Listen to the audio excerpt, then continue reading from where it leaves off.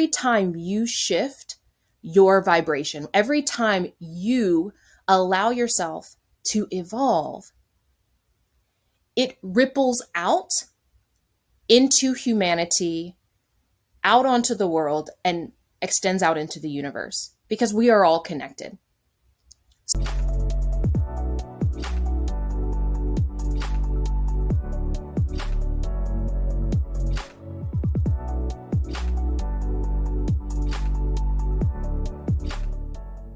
Really excited to have each and every one of you here. So today's topic, we're talking about how to raise your vibration and increase your money frequency. Now, I wasn't super shocked that this was the most voted for topic, mainly because even if you are a person who has been able to create money in the past, if you've created a ton of success, or even if you haven't yet hit the goals that you have in your life, what I find is the topic of money is still pretty taboo, and not many of us know how to, number one, receive it and also feel good holding it, right? So there are a lot of people who, even though they've maybe hit 6 figures, 7 figures, and even beyond, there's still this lens or perspective of it's not enough. I need to make more. And there's a lot of pressure and angst, and people feel really uncomfortable talking about money. So let's start with why you should listen to me about this topic, because a lot of people have a perspective that, a spiritualist shouldn't be speaking about money. Money is not spiritual. Money is the root of all evil. Money is at the core of all of the greed in the world, and yada, yada, yada. But my perspective on this is that there is nothing more spiritual about how we express in the world the gifts that we bring out into the world and how we let ourselves receive for that.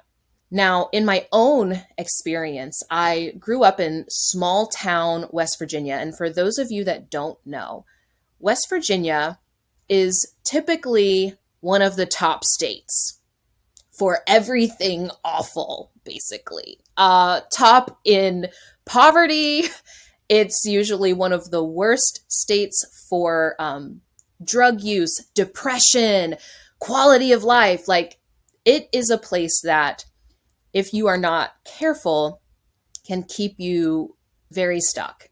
And while there are aspects of my hometown that I absolutely love, and the people in West Virginia are absolutely incredible, I grew up the daughter of a single teen mom. There was no part of me that ever thought I would get to the level that I am now. I always knew that I wanted to get out of the environment that I was in. But I thought, probably like you think or have thought, that, I just need to go to college and get an education, get a good job, get the husband, the kid, the white picket fence, and the little dog spot, right? We somehow think that that is the key. If we just do that, then we will make money and everything in our life will be great. But that's not the case. That's not always the case. So in my own experience, I went from that background to becoming the first millionaire in my family. And I'm not yet 35. Not to mention that I've also been the spiritual advisor to incredible entertainers, top entrepreneurs, and elite executives in a variety of fields. And this topic of money is very important to, at least from my perspective, how you show up in the world and the impact that you're able to make. Before actually making this podcast and deciding on what the topic was going to be for today and really tuning into why this matters, I went to Spirit and I asked, why is this important for me to talk about? What needs to be understood that isn't commonly understood, at least as of yet? And one of the biggest things that came through was that so many of you, yes, you have a calling in your life. You have a work to do on this planet. And especially if you are a woman who is called to leadership, that is a very specific path that's going to be opening up more and more, because we're not going to get to a place of harmony on this planet until we have more feminine leadership. Maybe we'll do another episode on why that is. But if you are going to fulfill your calling, you will need resource. You will need resource. You will need to be able to share wealth in such a way that others are able to support you in your calling, because your calling isn't just about you. Yes, you're doing this work that we call euphoric evolution, but it is not just about you. You have to understand that every time you shift your vibration, every time you allow yourself to evolve, it ripples out into humanity, out onto the world, and extends out into the universe, because we are all connected. So let's start with, what is your vibration? We talk about this, especially in the in spiritual spaces, in personal development. We talk about being high vibe. And what does that actually mean? Well, first and foremost, we've got to understand that in this universe, everything at its core vibrates on some level. Yes, we have to go very, very deep, but everything vibrates. And ultimately, that's measured by a frequency. Okay. So these two are deeply intertwined and connected. So as human beings, we typically have a very common thread that ultimately creates our vibration. And it usually starts in the mind. So where we have this trigger, we have an experience of reality, and then we have a thought about reality. We think something about what we just experienced. We make story about it. We put a meaning on it. And whatever meaning we put on that thing that we just experienced, an emotion arises from that. Now we have, at least in the West, we have some kind of wonky relationship with emotions, not realizing that our emotions are an energy that is really designed to be temporary. It's a temporary experience of reality. But when we allow ourselves to continue staying in that emotional state, over time, it becomes a mood, right? So if you've ever been in a bad mood, that's a result of you continuing to have certain thoughts that then create certain emotions in your being, ultimately creating a mood. Now, we usually associate this with like a bad mood or a good mood, but the truth is that there's nuance to that. There's different types of mood. It's not just quote unquote bad or good moods. You could be in an angry mood.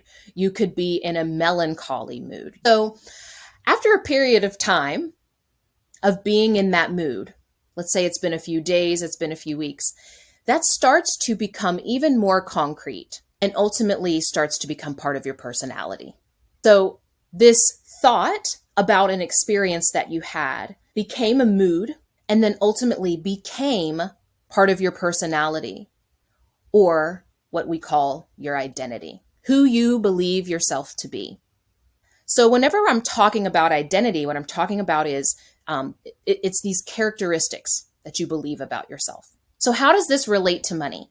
Well, let's use an example. We'll go back in history a little bit and talk about a collective phenomenon that many people had, and it resulted in a certain identity of some of us. It's our great grandparents or our grandparents, and then it's been inherited.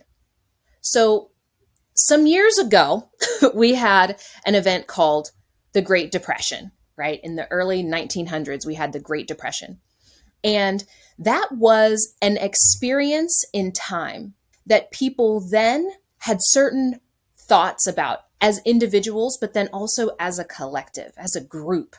There was so much going on, so many people losing their jobs, and people started making story and meaning. Now, this is not to like bypass that experience. That was a very traumatic collective experience. So they had this experience, they start making story about it.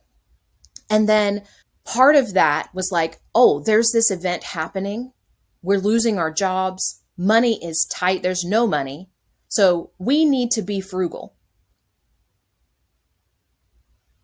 So there became this mood of frugality that started to happen, of like there's a period of time where this is going to last. We don't know how long this is going to last. Sound familiar? Sound familiar?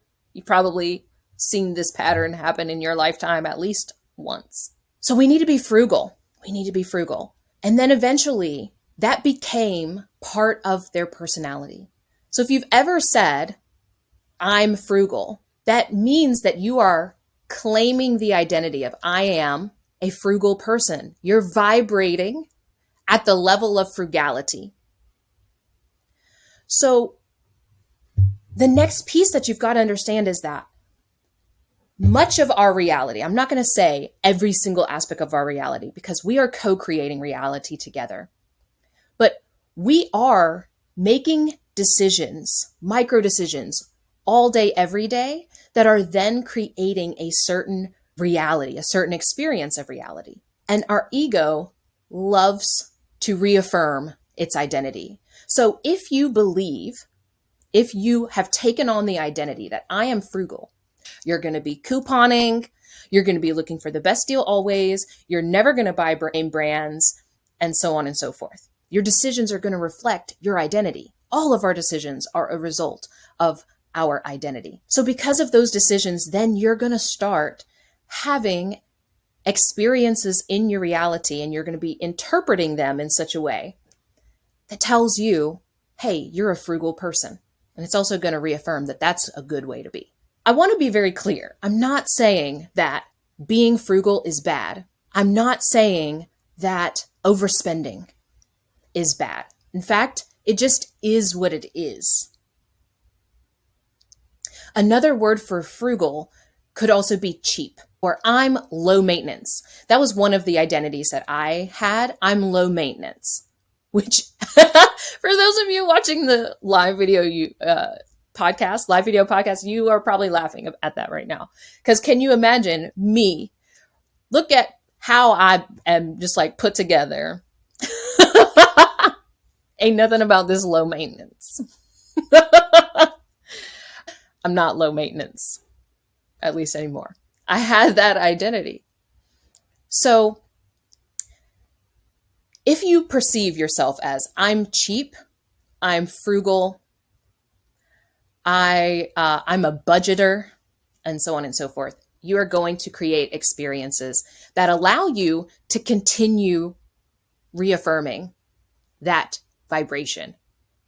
Ultimately, the goal is for you to understand and to embrace that our reality, everything that we experience in our reality, or at least how we perceive what we experience in our reality. Let me say it that way. How we perceive what we experience in our reality is a direct result of our identity. For a long time in history, psychologists, scientists all thought your personality just is what it is. Once it's made, you can't change it. And that could not be further from the truth. On a collective level, when we experience a trauma, then we create new habits out of it. And over time, those habits start to become part of the culture. We don't even remember why we're doing them. A few generations, it's just part of our culture. We believe that's who we are.